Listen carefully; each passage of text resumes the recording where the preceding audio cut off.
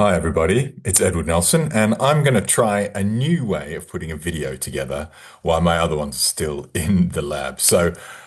This one is a version of a teaching tool that I use often. And last week I was using it in two different contexts. I was using it about how to build trust with a team, and the other one was in terms of how, as a leader, do you give feedback. But it comes down to a lot of the stories that we tell ourselves. So I'm going to share a model with you, and I'd love your feedback, particularly on the way it works. The model itself might be familiar to you, but I'm just wondering what you think of the format. Okay, so here's the model. Now you might already guess what it is, and if especially if I put the water in, you'll know that it's an iceberg. And why do we like drawing pictures of icebergs? Because they're easy, hard to get wrong, but also because there is a great deal of it, 80% of it exists below the waterline. And so when we're talking about human behavior, we see certain behaviors and we make assumptions, but we don't necessarily know what's going on below the surface that's driving that behavior. And that applies to us as well as to other people. So I'm going to put behavior here at the top, right? What we see is the behavior.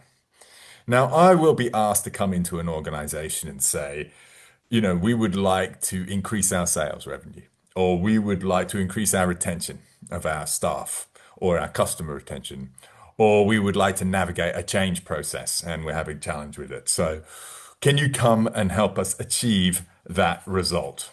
Okay. So, obviously, they'll go, well, we need our team to behave in a certain way to achieve that result. If it's sales, it might be to ask more follow-up questions. It might be for to pick up the phone more often. For a change management process they're going through, it might be to communicate more often or ask more questions. So there's a number of ways that we might want to look for certain kinds of behavior with our team to get a certain result. Now, some training just focuses on that behavior, and there's definitely merit. As an actor, you can behave yourself into a certain result. I know that. But often what happens is that the way we behave is driven by something below the surface that we might be able to guess, but it's the feelings. And what I mean here is I'll do something on my to-do list if I feel like doing it. And it's harder for me to do the things that I don't feel like doing. All right. So we know that there's an element of feelings driving behavior.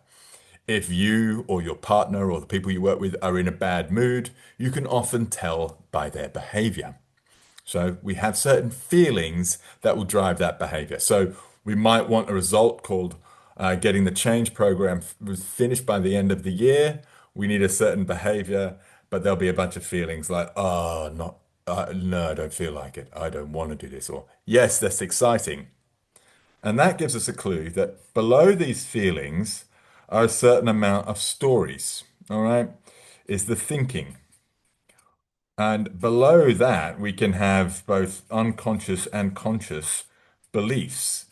This is how the world works, right? So we'll be carrying around a whole lot of assumptions about things that will be driving our feelings, that will drive our behavior, that will impact our results. Well, what do I mean by this? So let's take the example of giving some feedback to somebody. All right. So if I believe the, that this conversation will go nowhere, right? Already I'm thinking they can't take feedback or uh, they won't listen to me, right? So a version of this won't work. All right. So if I'm carrying a belief that this won't work, I've tried for giving them feedback before. I've got to give them some feedback again. I'll have a series of feelings around giving that feedback, which might be apathy. What else? How else might I be feeling? As negative, um, disinterested. And often, if there's things that we feel negative about, disinterested about, or apathetic about, we don't even do them, right? Simple behavior that results from that is that we don't even do the behavior. But let's say you do follow through on the behavior called giving the feedback to this person that you don't think is going to work. You'll probably have a short session. You probably won't ask many questions. You'll say a few things. You might even do the sandwich, the fill in the blank sandwich that you might have heard of. And we'll do it not expecting a result. And guess what? That person walks out of that conversation going, oh, yeah, okay, whatever. And they've had a result. And the result is that wasn't particularly useful. I don't know what they're going on about. I don't think I need to change. And lo and behold, we have some proof. I told you it wasn't going to work. Now, the biggest reason why this trap works so often is that when people are under pressure and the outside world is scary or uncertain, much as it is today, when we go and try and do something, it feels frightening. We feel uncomfortable and we find comfort in being right. We find comfort in reasserting what we already know about the world. And so we unintentionally create a self-fulfilling prophecy. Okay? Now, might be great for feeling comfort, but it isn't great for change. It isn't great for getting people from A to B, whether it's yourself or somebody else. Now, the very problem is at the moment that we need to try something different, when the world outside is new or we have to try a different tact or there's something coming in that's unexpected, is the very moment we tend to get more scared and more attached to our way of working when it is in fact that very moment that we need to let go of our way of working, of our old thinking habits and try something new. So in the case of giving feedback, um, this feedback matters. Let's say this matters to them and to me, right? Um, and yeah, or try this for a challenging belief. I can make a difference. Often we like to have humble leaders, right? And it's very un-British to sort of believe I can make a difference. But over here in the negative story, if I'm a leader and I'm carrying around a kind of belief that I can't make a difference, that feedback conversation is going to go in this territory, and I'm not going to spend very long doing this, and I'm going to get a negative result. So there's a lot of value in actually believing in yourself for loads of reasons. But when it comes to supporting your teams, here's another way. If I believe I can make a difference, I might be interested in having that feedback conversation.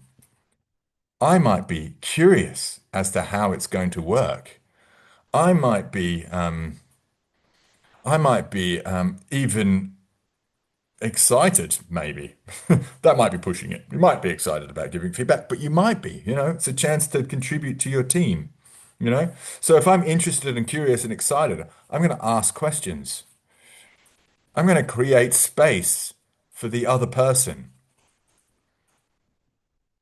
And I'm also going to be clear in my feedback. I want the message to get across as well as being open. And the chances of that, now we put this above the iceberg because we're never 100% in control of the outcome, but you increase the chances of it being positive. And then you reaffirm the belief that I can make a difference. So that's the power of belief. That's the iceberg model. I just wanted to share that with you in this format to see what you think of me doing it over a sort of cartoon style. And there's going to be a little border around it. We like to make our things pop out when we train. So I'm going to do that even though it's just on a piece of paper on Zoom, just for you to have a look at this particular way of working. Not sure the board has helped in that particular case, but this is my practice, just putting it out there. Love to hear your thoughts, either about the concept itself, but also about the format. Right. Look forward to hearing from you. If you have any other videos, if you'd like them in this format, do let me know. Take care. Bye.